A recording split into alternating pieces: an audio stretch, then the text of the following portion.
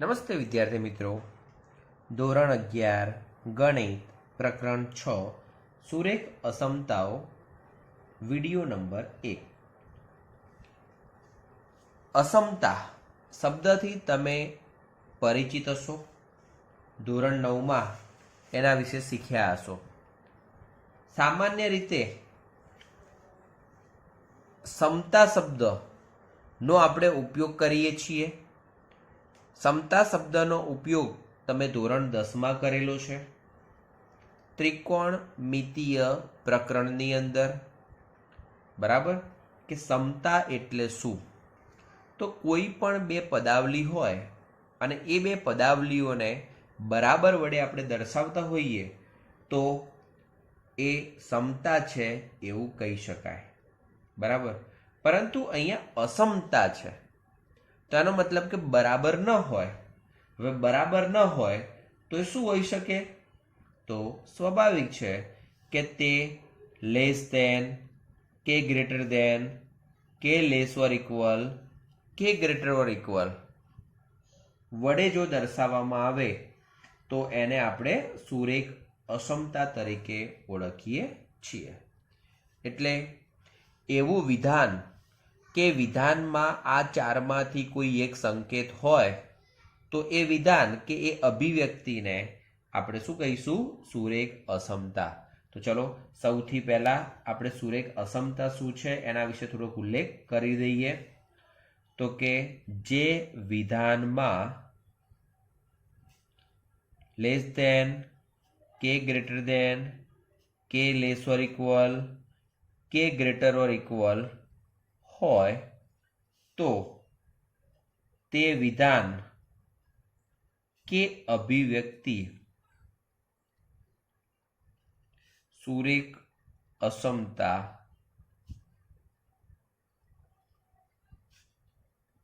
વ્યક્તિને સુરેખ અસમતા કહે છે. બરાબર. અહીંયા એક સામાન્ય વાક્ય રચના આપણે લખી છે. તો મિત્રો આ વાક્ય રચના એક તમારે લખવાની થશે.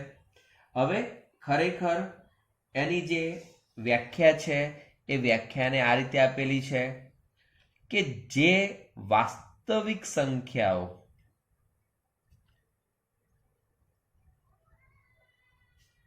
કે બૈજિક પદાવલી વચ્ચે less than, greater than, less or equal અને ગ્રેટર ઓર ઇક્વલ જેવા સંબંધો અસમતા રચે છે. ટૂંકમાં આ પ્રકારનો કોઈ પણ સિમ્બોલ હોય તો એ જે સંબંધ છે એ સંબંધને આપણે શું કહીશું? અસમતા રચે છે એમ કહી શકાય. તો આ પણ વાક્ય તમારે લખવાનું છે. હવે સામાન્ય રીતે એક તમને ઉદાહરણ આપું. ઉદાહરણ તમારે લખવાનું નથી. કે ધારો કે તમારી પાસે 100 રૂપિયા છે. તમારે પેન અને પેન્સિલ ખરીદવાની છે. ધારો કે એક પેનની કિંમત છે 10 રૂપિયા, એક પેન્સિલની કિંમત છે 7 રૂપિયા. બરાબર. હવે હું એમ કહું છું કે ધારો કે પેનની સંખ્યા x છે અને પેન્સિલની સંખ્યા y છે. તો તમે પેન કે પેન્સિલ જે પણ ખરીદવાના છો તો એમનો સરવાળો એ ખરેખર કેટલો થવો જોઈએ? તો કે 10x પ્લસ 7y એ કાં તો 100 રૂપિયા થઈ શકે, કાં તો 100 કરતાં ઓછો થઈ શકે. કારણ કે તમારી પાસે 100થી વધારે રૂપિયા તો છે જ નહીં. તો તમે જે પણ વસ્તુ લાવશો એ કેટલી લાવશો? કાં તો 100 રૂપિયાની લાવશો, કાં તો 100 કરતાં ઓછા રૂપિયાની લાવવાના છો. તો અહીંયા લેસ ઓર ઇક્વલ સંબંધ આપણને મળ્યો છે. ઓકે. તો એ લેસ ઓર ઇક્વલ સંબંધ દ્વારા મળતી જે અભિવ્યક્તિ છે એ અભિવ્યક્તિને આપણે શું કહી શકીએ છીએ? એક અસમતા તરીકે ઓળખી શકીએ. બરાબર. એટલે આવી રીતે એકલું લેસ ધેન હોઈ શકે, ગ્રેટર ધેન હોઈ શકે, યા ગ્રેટર ઓર ઇક્વલ હોય તો એવી જે પણ અભિવ્યક્તિઓ છે એમને આપણે અસમતા તરીકે ઓળખીશું। હવે અસમતાઓ કેવા સ્વરૂપે હોય એનો આપણે ખ્યાલ મેળવી લઈએ। તો સૌથી પહેલા તો આપણે એક ચલવાળી સુરેખ અસમતા જોઈ લઈએ। એક ચલવાળી સુરેખ અસમતા, મિત્રો એના નામ ઉપરથી ખબર પડે, એક ચલવાળી એટલે એક ચલ એટલે આપણે x નો ઉપયોગ કરીશું। સુરેખ એનો મતલબ કે x ની ઘાત એક જ હોય અને એવી અસમતા આપણે વિચારવી છે, બરાબર। આના નામ ઉપરથી જ આપણને સમજી શકીએ છીએ।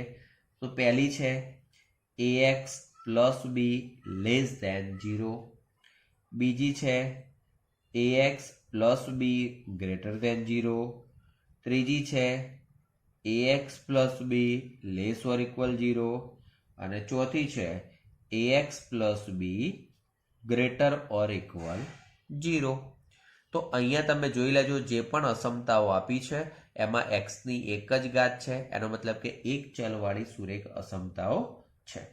હવે અહીંયા જે a અને b છે એ a અને b એ કેવા છે? શૂન્યેતર અચળો છે, બરાબર છે। તો આપણે a અને અહીંયા ઉલ્લેખ કરી દઉં છું, a અને b શૂન્યેતરો છે। ચલો હવે આપણે બે ચલવાળી સુરેખ અસમતાનો વિચાર કરીએ। તો બે ચલવાળી સુરેખ અસમતા, તો સ્વાભાવિક છે કે અહીંયા જેવો એક ચલ છે એવી રીતે આપણે બે ચલનો વિચાર કરવાનો છે। તો એને આપણે 5 નંબર આપી દઉં છું, ax plus by less than, જુઓ અહીંયા આપણે c લખી શકીએ છીએ અથવા 0 પણ લખી શકીએ છીએ। છઠ્ઠું છે ax plus by greater than c, સાતમું ax plus by less or equal c અને આઠમું છે ax plus by greater or equal c। તો અહીંયા ટોટલ આપણને 4 અસમતાઓ મળશે। કેવી અસમતાઓ છે? બે ચલવાળી સુરેખ અસમતાઓ છે। અને છેલ્લે આપણે બહુપદી સ્વરૂપની અસમતા જોઈએ તો એ છે બહુપદી સ્વરૂપની અસમતા। આપણે મિત્રો આ પ્રકરણમાં 1 થી 8 અસમતાનો જ ઉપયોગ કરવાનો છે। આ બહુપદી સ્વરૂપની અસમતાનો કોઈ જ ઉપયોગ કરવાનો નથી। એમાં એક છે ax² plus bx plus c less or equal 0 યા તો ગ્રેટર ઓર ઇક્વલ 0 હોય, બરાબર। અને એવી રીતે લેસ ધેન કે ગ્રેટર ધેન હોય તો આપણે 9 લેસ ધેન 0, 10 ની અંદર ગ્રેટર ધેન 0, 11 અને 12 ની અંદર લેસ ઓર ઇક્વલ અને ગ્રેટર ઓર ઇક્વલ આપણે લખી શકીએ, બરાબર। આ જ અસમતા। તો જુઓ મિત્રો, અહીંયા ટોટલ આપણે અસમતાઓ લખી છે। આ અસમતાઓની અંદર તમે જુઓ, જે ફક્ત લેસ ધેન કે ગ્રેટર ધેન વાળી જે અસમતાઓ છે, બરાબર, કઈ? ફક્ત લેસ ધેન કે ગ્રેટર ધેન વાળી જે અસમતાઓ છે એને આપણે ચુસ્ત અસમતાઓ તરીકે ઓળખીશું। અને જે લેસ ઓર ઇક્વલ કે ગ્રેટર ઓર ઇક્વલ વાળી અસમતાઓ છે એને આપણે કેવી અસમતાઓ ઓળખીશું? મિશ્ર અસમતાઓ ઓળખીશું। તો અહીંયા એરો કરી લખી દઈએ, 1, 2, 5, 6, 9 અને 10 એ ચુસ્ત અસમતાઓ છે। અને જે અહીંયા જે છે તે 3, 4, 7, 8, 11 અને 12 એ કેવી અસમતાઓ છે? મિશ્ર અસમતાઓ છે। ઓકે, તો એક ચુસ્ત અસમતાઓ અને મિશ્ર અસમતાઓ। ચુસ્તમાં ફક્ત શું આવશે? એકલું લેસ ધેન કે એકલું ગ્રેટર ધેન આવશે, જ્યારે આની અંદર શું આવશે? તો કે લેસ ઓર ઇક્વલ કે ગ્રેટર ઓર ઇક્વલ આવે તો એવી અસમતાઓ એ કેવી અસમતાઓ થશે? મિશ્ર અસમતાઓ આપણે કહીશું। ક્લિયર? તો મિત્રો આ છે અસમતાઓ, જેમાંથી આપણે ઉપરની 8 અસમતાઓનો જ અભ્યાસ કરવાનો છે। આ અસમતાઓનો આપણે કોઈ જ અભ્યાસ કરવાનો નથી. હવે આ થઈ અસમતાની વાત. એના પછી આપણે ઉકેલ, અસમતાનો ઉકેલ કોને કહે છે એનો વિચાર કરીએ. તો ટોપિક આપું છું, અસમતાનો ઉકેલ.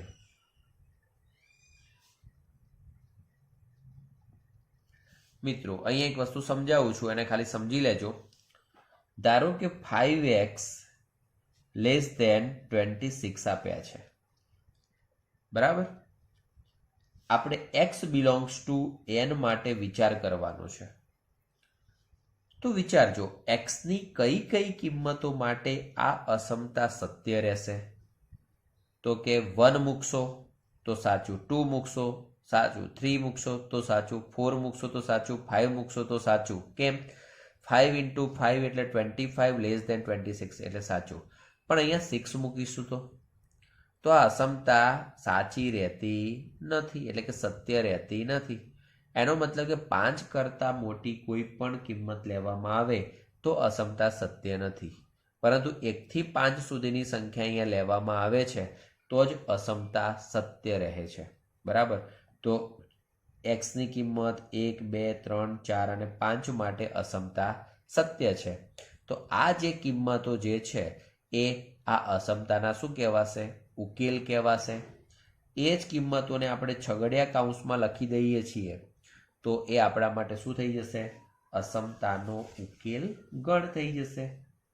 તો આપણે અસમતાના ઉકેલની વ્યાખ્યા લખી દઈએ. આ ફક્ત સમજવા માટે છે. એની વ્યાખ્યા છે, ચલની જે કિંમતો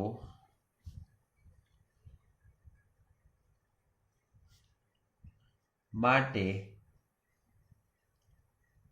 આપેલ અસમતા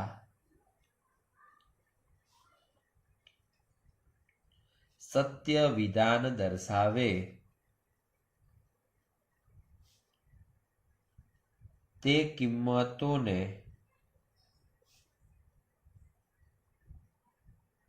અસમતાનો ઉકેલ કહે છે.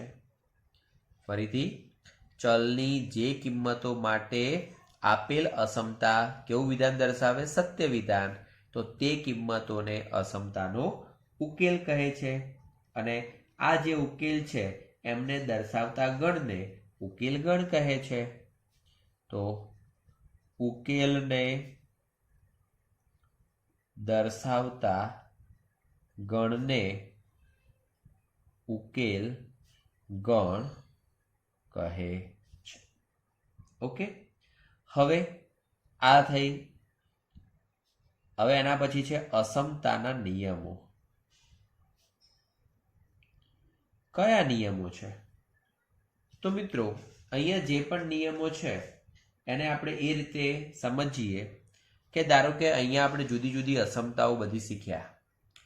એ અસમતામાં બંને બાજુએ કોઈ પણ સંખ્યા ઉમેરવામાં આવે કે કોઈ પણ સંખ્યા બાદ કરવામાં આવે, બરાબર, તો એની અસમતાની નિશાની બદલાતી નથી. બંને બાજુએ આપણે સરખી સંખ્યા ઉમેરીએ કાં તો સરખી સંખ્યા બાદ કરીએ તો અસમતાની નિશાની બદલાતી નથી. તો આપણે એનો ઉલ્લેખ કરી દઈએ. પહેલો નિયમ છે કે અસમતાની બંને બાજુએ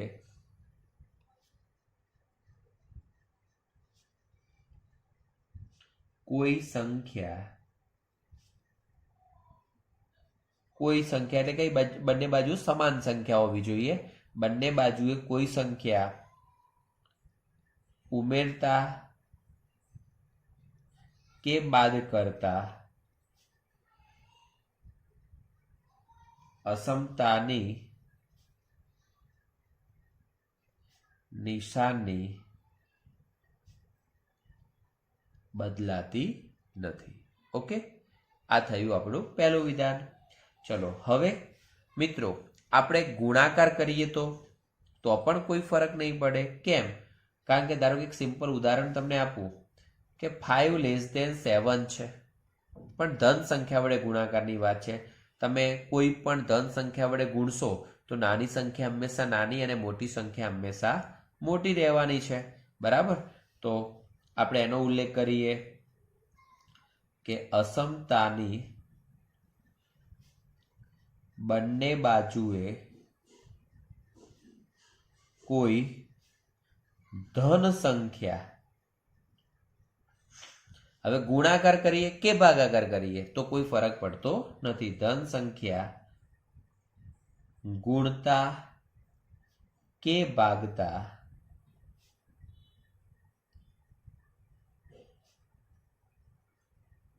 અસમતાની નિશાની બદલાતી નથી।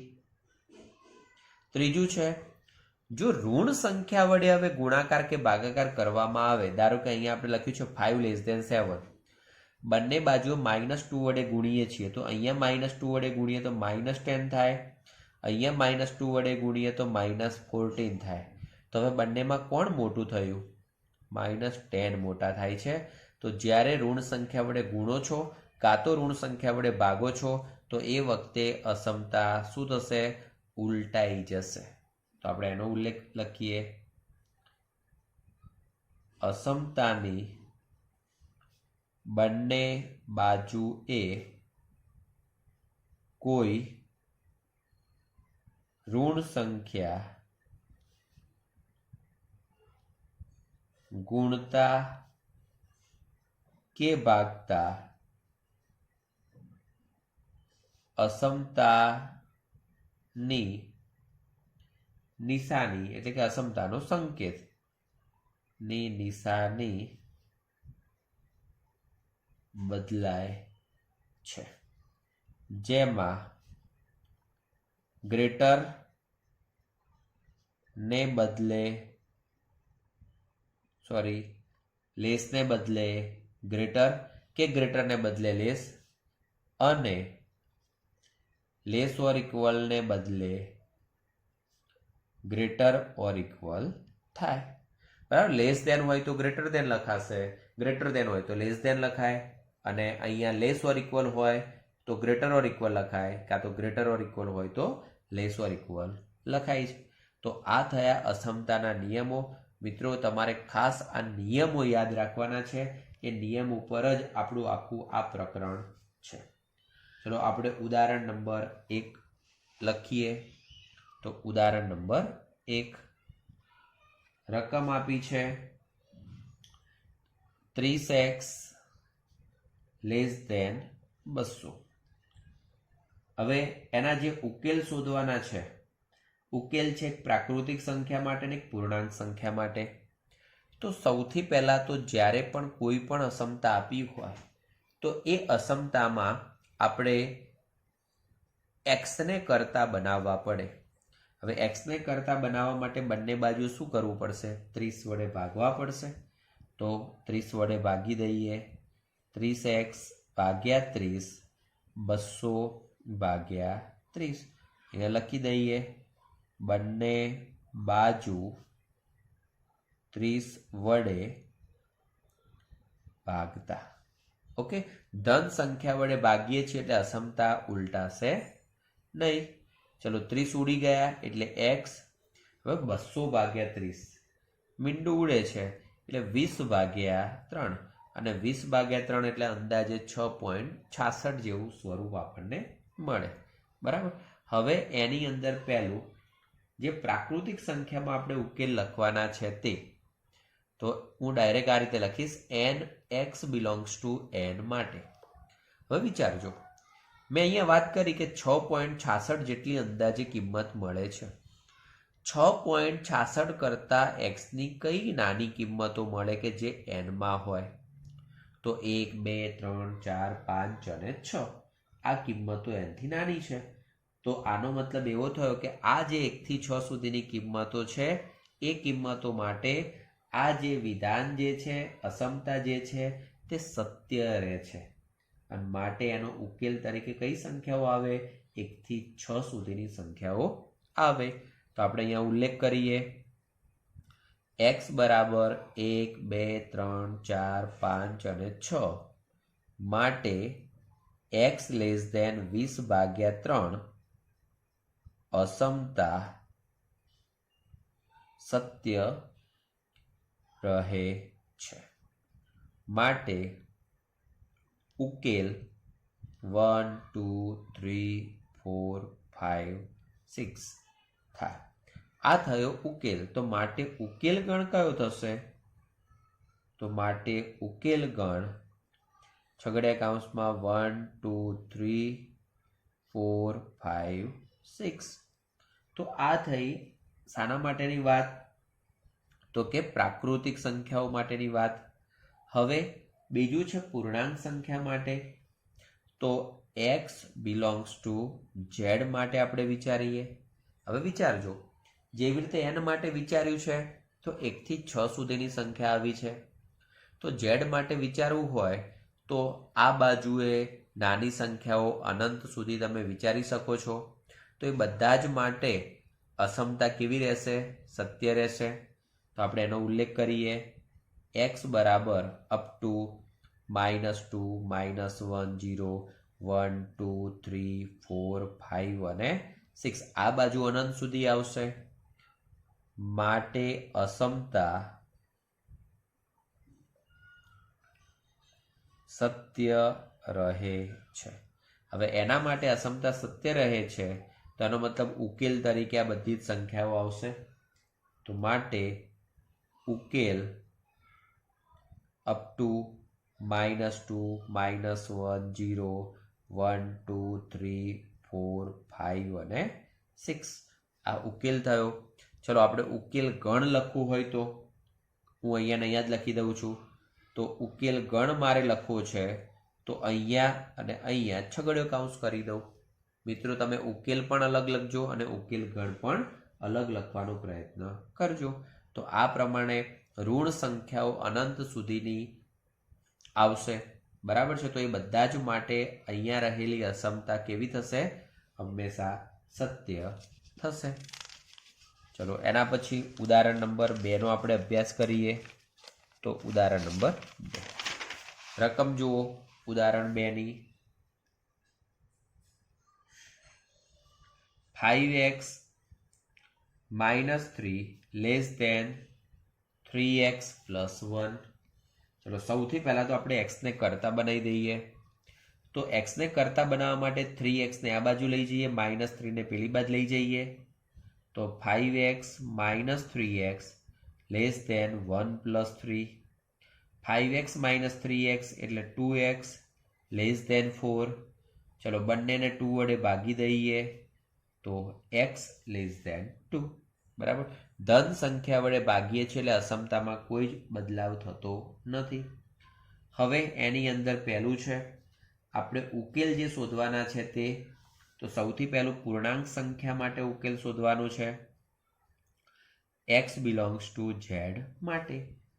ચલો z માટે એનો મતલબ 2 કરતા નાની સંખ્યાઓ તો 1, પછી આ બાજુ 0 -1 -2 -3 ઋણ માઇનસ ઇન્ફિનિટિવ તરફ. બરાબર. તો એ રીતે આપણે વિચારી શકીએ. તો અહીંયા ઉલ્લેખ કરીએ કે x equal to up to -3 -2 -1 0 1 માટે અસમતા સત્ય રહે છે. તો માટે ઉકેલ કયો થાય? -3 -2 -1 0 અને 1 આપણા માટે ઉકેલ થશે. અને અહીંયા અનંત સુધી તો આવશે જ. અને માટે ઉકેલ ગણ છગડીયા કૌંસમાં -3 -2 -1 0 અને 1. બીજું ચલો પૂર્ણાંક સંખ્યાની વાત થઈ ગઈ છે. હવે વાસ્તવિક સંખ્યા માટે એનો મતલબ x બિલોંગ્સ ટુ r માટે. હવે વિચારજો, x બિલોંગ્સ ટુ r માટે આપણે કહેવું હોય તો 2 થી નાની તમામે તમામ વાસ્તવિક સંખ્યાઓ માટે અસમતા કેવી રહેશે? સત્ય રહે છે. તો આપણે અહીંયા ઉલ્લેખ કરીએ 2 થી નાની તમામ વાસ્તવિક સંખ્યાઓ માટે અસમતા સત્ય રહે છે. બરાબર. તો હવે આપણે એને ઉકેલ લખી નહીં શકીએ. કેમ? કારણ કે વાસ્તવિક સંખ્યાઓ છે, આપણે ગણ પ્રકરણમાં શીખેલા છીએ કે વાસ્તવિક સંખ્યાઓ છે તો એમને આવી રીતે અલગ અલગ લખી શકાતી નથી.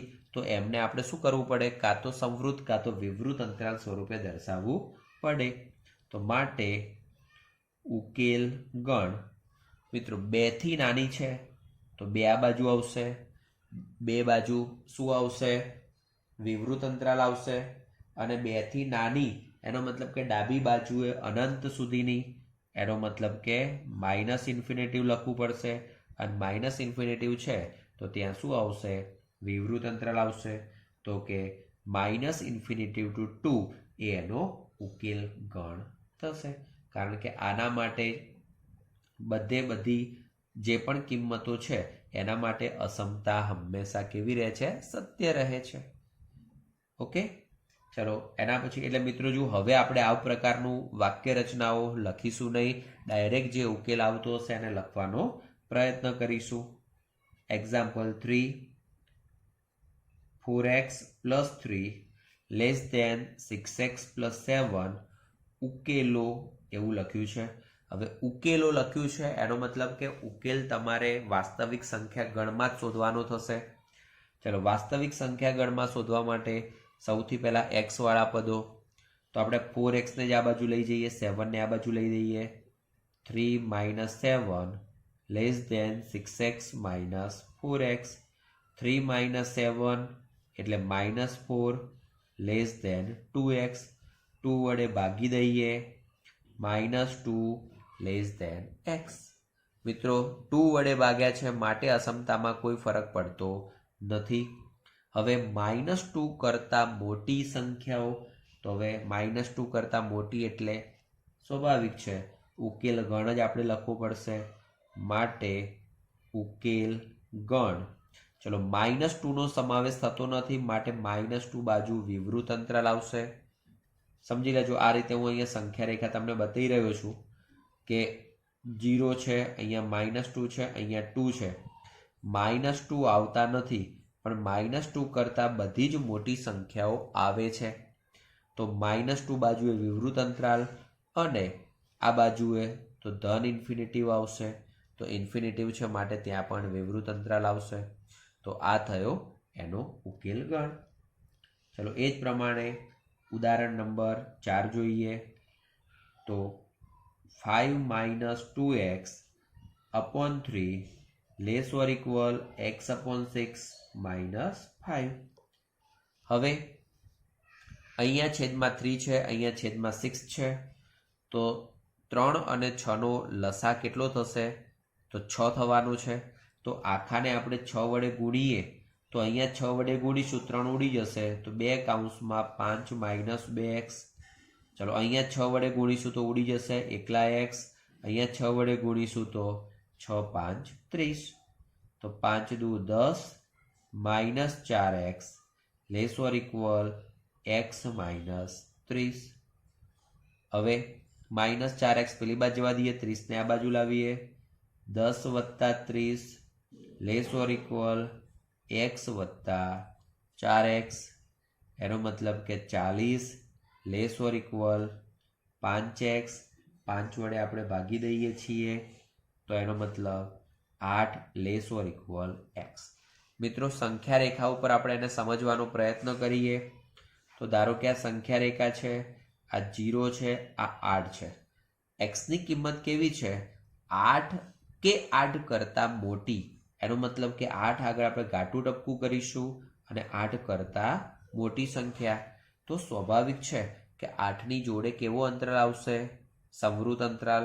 અને ઇન્ફિનિટિવ જોડે વિવૃત અંતરાલ આવશે. માટે ઉકેલ ગણ સંવૃત 8 ટુ વિવૃત ઇન્ફિનિટિવ. તો આ પ્રમાણે આપણે એને સમજી શકીએ છીએ. મિત્રો અહીંયા મેં જે પણ લાઈન દોરી છે ઉપરના ભાગમાં દોરેલી છે, પરંતુ આપણે ખરેખર એ લાઈન હવે કઈ જગ્યાએ દોરીશું? તો આ જે સંખ્યા રેખા છે એની ઉપર જ આપણે દોરવાનો પ્રયત્ન કરીશું. તો આ વિડીયોમાં આપણે આટલું રાખીએ છીએ. મિત્રો, અસમતા શું છે એને ક્લિયર કરી દેજો. થોડાક ઉદાહરણો જે છે એમનો આપણે નેક્સ્ટ વિડીયોમાં અભ્યાસ કરીશું અને પછી સ્વાધ્યાય 6.1 નો અભ્યાસ કરીશું. Thank you. જય હિન્દ, જય ભારત.